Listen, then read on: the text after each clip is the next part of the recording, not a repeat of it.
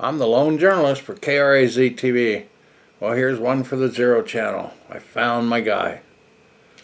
The revolutionary Samuel Adams. Our book review, that's right, is by Stacy Schiff, and I'm your host, Doc Martin. This guy was the number one impetus.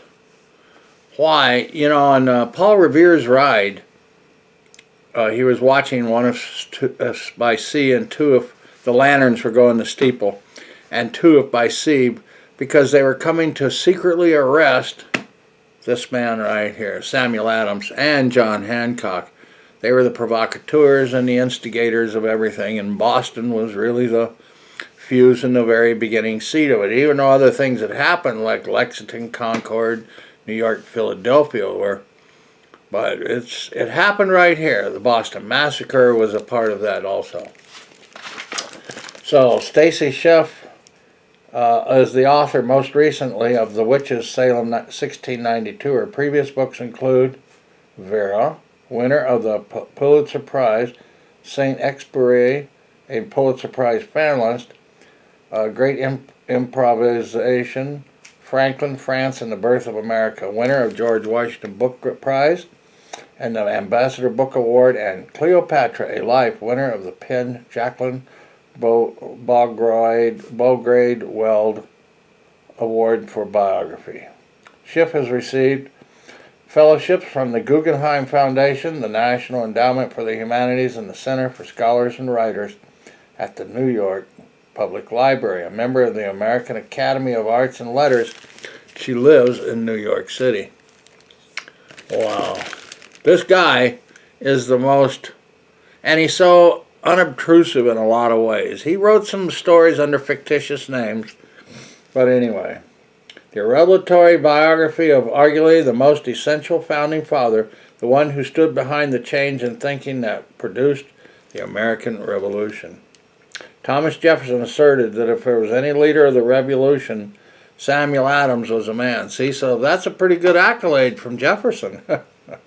John Adams thought his cousin the most sagacious politician of all. With high-minded ideals and bare-knuckle tactics, Adams led what could be called the greatest campaign of civil resistance in American history.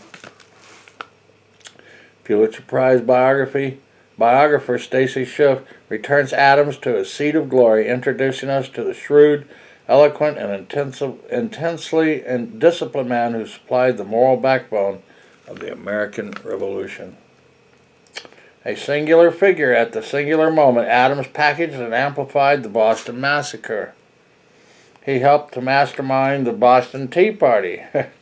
He employed every tool in an innovative arsenal to rally a town, a colony, and eventually a band of colonies behind him, creating the cause that created a country. For his efforts, he became the most wanted man in America. When Paul Revere rode to Lexington in 1775, it was to warn Samuel Adams that he was about to be arrested for treason. In the Revolutionary, Nancy Schiff brings her masterful skills to Adams' improbable life, illuminating his transformation from aimless son of a well-off family to tireless, beguiling radical who mobilized the colonies. Arresting, original, and deliriously dramatic. This is a long overdue chapter in the history of our nation. Perhaps this may be a seminal work and probably some of the foremost. So I usually do book reviews on presidents and other people. But this man, well, in 1798 he was elected to be, after all of this was over, Washington was president and all this stuff, he was elected mayor of Boston. So all the cronies in town said, hey, we're going to take care of you. Here's a nice carriage for you to ride on your inaugural. And he said, no, he put his wife in it, and he said, I'm going to walk. He wasn't beholden to anybody. And he had money, but he spent it. And he mostly had ideas that prompted other people. And yes, he had times in and out with Hancock, but Hancock, he really pumped him up too. So Adams was behind a lot of the thrones of many of the American. Now he wasn't a kingmaker. You know, at first he really didn't matter about George III, But then we found out, and I think they found out many years later, that all the letters, this is an amazing fact, that most of the letters that were sent to Parliament to petition the king, first he didn't want to bother the king, so he didn't address the king. He wrote to the Parliament to send the letter to him, were never opened. Were never opened. They never cared. And so that's why he said, you see why we have to go and raise the hell we did. And so I can't blame him, and it just goes on from there. There's a few plates in here. Yeah, he did, well, he was, what do you call it, painted, but not very often. There's very little